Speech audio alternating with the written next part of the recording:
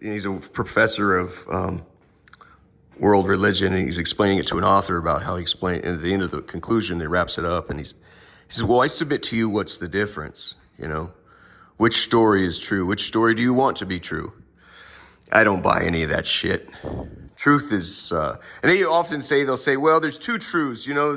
I say an attorney wrote a letter like that. Well, there's a second side to this story. Bullshit, friend. There is one fucking thing that happened. There ain't two sides to a fucking story. There is one thing that fucking happened. And you'll have people, it's a Macbeth thing. He says, you lie like truth. I'll tell you how that happens. Lies are an impoverishment.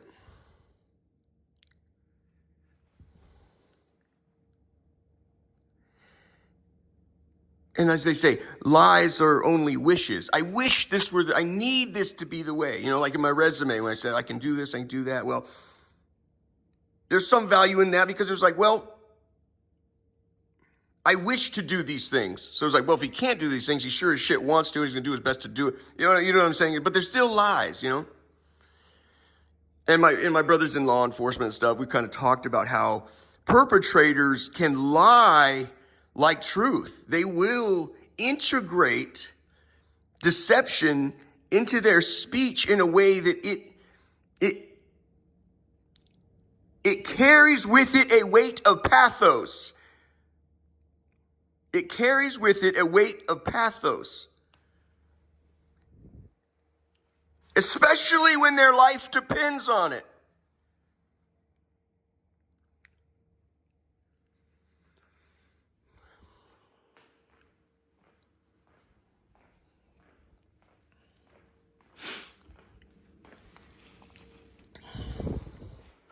I had this one gal. I was out in the wetlands. It's a bar out in West Eugene, in Oregon. I was having drinks with my brother and his friends out on the back patio. A bunch of people, whole group of people. Yeah, and I'm this sort of guy, foolishly, people don't see, well, but he's got his own insecurities or whatever, before my text messages came out, But I wear refined, I like shit that, Brooks Brothers or Ralph Lauren or whatever. When you suffer indignities as a child, dignity is extremely important to you in later life, you see. We're all having drinks out on the back patio, whole bunch of people. This woman in the middle jumps up in the middle. I don't know when she saw her opportunity, but she jumps up and screams and points directly at me and says, "That man grabbed my ass. That man grabbed my ass." I go, "Fuck you, man. Fuck you." I really didn't know what to say. And my brother's a cop, right? And he said, "What the fuck was," after the night ended, they just kind of they realized that the exchange made no sense. Why did you just shoot up in the middle of nowhere? Where you came out? We were all sort of laughing you waited for the end of a funny anecdote or a conclusion of a joke to shoot up in the middle of this and point over at that guy and say, "He grabbed my ass."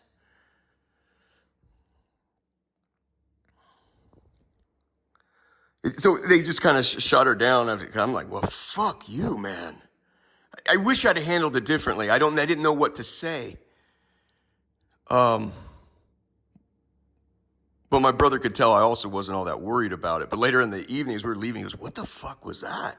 I go, the only time I saw her that night, I had gone to the bar inside, went into the bar to to pay the bill. And I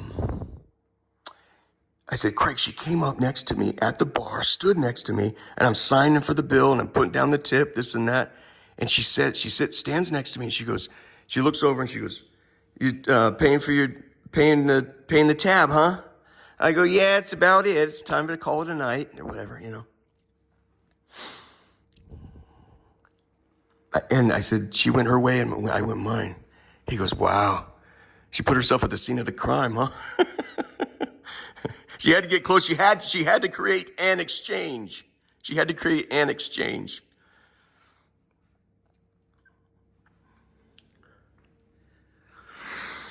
Anyway, I'll tell you how the devil told me, you do not put your ears on pillows anymore until I say. It went something like this. I'm not shitting you.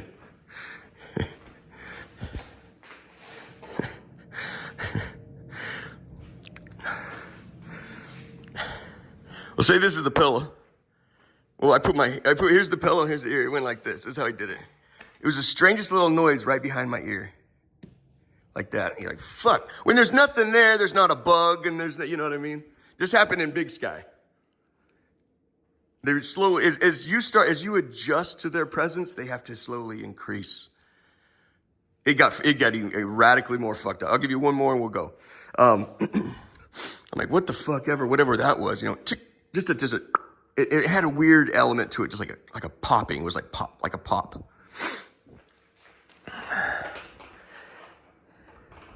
But of course, I'm laying down reading and I don't want to move. Waited about 5 seconds, then a needle shot into my ear. You jump up and run around the fucking room. From that point on, it was known, you don't put your fucking ear back on that shit. Oh, I tried it again. The next time I did it, a claw went into my ear. It gets so fucked up, you guys. On one occasion, please help me remember the one. On the one occasion, I had a roommate in Big Sky move in. There was no one else living in the room. So there was 2 beds. It's kind of like a college dorm in Big Sky. There's 2, like one bed. It's pretty small. I've kind of done other videos on Big Sky's an incredible place. Got so much going for them. They've got to solve their housing problem. You just have to. Yeah, I think I had heard the GM say, well, I did well for myself. I came to Big Sky and lived in the damn dumpsters myself, or whatever they call it. You're the GM. Of course you did well. People are paying top dollar to rent a fucking walk-in closet to live in there. And when this news gets out, do you know what they say? Do they have another walk-in closet I can rent? You can't live like that. You can't live on the south side like that. You can't, What was the other thing? Oh, so I have one of these small rooms with 2 beds, real small, a bed here and a bed there. But when the guy shows up, I'm sleeping on the floor because it's like a torture chamber. These become torture chambers. You don't understand what it is like to be elevated underneath, to have this thing until your bed becomes a torture chamber. That's a great advantage to them. I'm much more comfortable on the floor, But I'm glad to make that pretty, and I actually might try it out. Jesus has made things a lot more. And Mary, of course, is the one that steps in and says, yeah, I think things have gone radically better because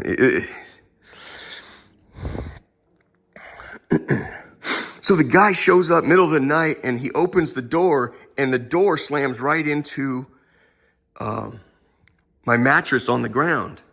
I said, I'm so embarrassed. I say, hey, I'm so sorry, bud. He's moving in. So I just grab my mattress. I throw it back on the bed. And of course they sort of the demons will leave you alone a little bit because they need this project to continue and proceed. And you don't know what the game is. You don't know, you don't know when is the big turnaround going to come for me. That's why it's like, I took contract terms on a yacht in Oxnard with a family friend, and he must be beside himself, or will be, when he learns you had demons. And well, first of all, I told you, chiefly above all, a lot of people don't fucking listen. I said, the most paramount thing to me right now, and a lot of other families should have told him, he's struggling with this, and that. But another point is, I didn't know when it was going to conclude. I didn't know. Here I am in DC, and you finally have this grand, unbelievable nuclear turnaround or a turnabout. I would encourage people to do. Everyone knew. I told everyone. I got to the point where I stopped. You guys want to know why you got fucked in the ass? I stopped talking because A million times they try to talk. You go fuck yourself. There's, and the best I could do was just get the hell away from all of you. I sent gifts, I sent money. I'm trying to show you I still love you. But everything I sent back home, what did it say on the return address? You're an address somewhere in Eugene or California, so you guys didn't know where I was. Firstly, secondly, and lastly, is because you became fucking lunatics.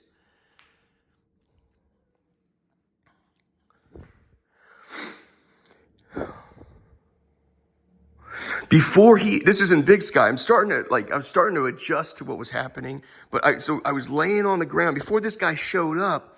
So that was the one thing they said. Like, I don't fuck around with the ear thing anymore. Every night, I will not put my head on a pillow.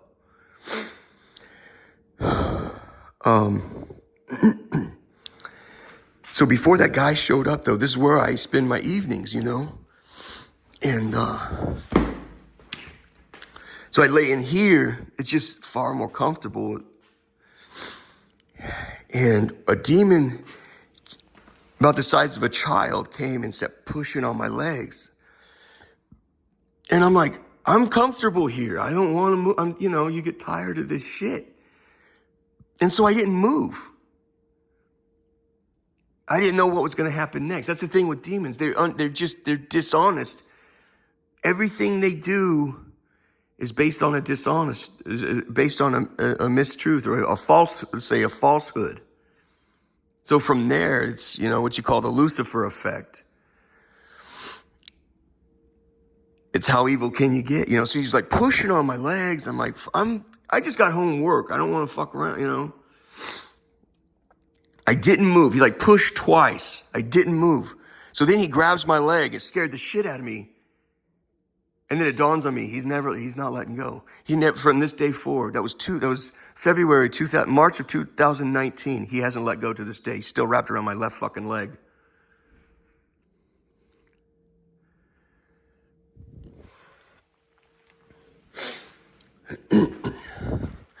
Another one.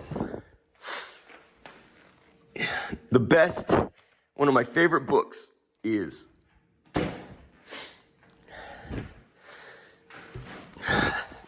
The big boys will know about this one. It's like this one right here. This is the King James Bible. It was a gift from my mother and my dad and my stepmother when I turned 13 years old. The book I bought that I cherish, it was like the crowning achievement of all my books I've ever read. And it's hard to read. I wouldn't start there.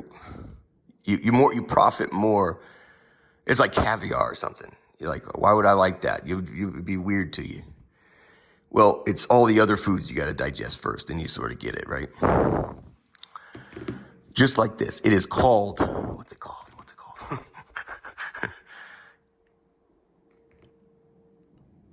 Divine Intimacy. I paid $55 for it. And it was a black leather jump like this, gold fringed pages. This is seen too much. You got to keep this out of the rain, Golden pages, and it was Divine Intimacy. It's devotion to Mary. It's the Carmelites. It's OCD. Order of Carmelites Discalced. It just means like a fraternity or a sorority of Carmelites, which are friars and nuns, who are discalced, which means they don't wear shoes, or they wear shoes that are like sandals or something. They don't cover their feet. They stay that low and that humble. And some of them take vows of poverty, no money, vows of chastity, no grab ass. Vows of, like they won't accept station. They won't take you're like, I need you to explain to me why that's awesome. Because we have an entire world that's like going the other way, I wish people would spend more time. And if you read divine intimacy, I don't think you're gonna find those answers. You need to start with smaller books. Start with, commentaries and shit like that. It is my most prized possession. I don't have it right now, and I'll explain it in a minute. But when I was in Big Sky, I was so excited to get it. It's like thousands of years of gathered wisdom on observation of the holiness and the charity and the beauty and of Jesus' mother Mary. Thousands of years of stuff. So I was so excited to get it. I was staying at the Golden Eagle with a good friend. I really like that young man out of Utah. Don't say his name. He's just so wonderful. But his dad was city manager. Hey, Dad, the young man is a handsome young man. Yeah, he reminded me a little of myself. I hated the girls who would when we would go out, he was a fun guy. But he was beautiful and kind of naive too, or just innocent. He was innocent. And anyway, his dad was city manager in Lowell. I said, we built a vacation home out there. I said, your dad, without question, will know the log home out in Lowell. Everyone knows it. Anyway, it was a pleasure being roommates with him, and despite the trouble, and I couldn't tell him the troubles I was going through, but I get the book, I take it to the park right next to the Golden Eagle. I sit down to study the most beautiful book in the world, Caviar, If you're brand new, do you start at Caviar or you don't?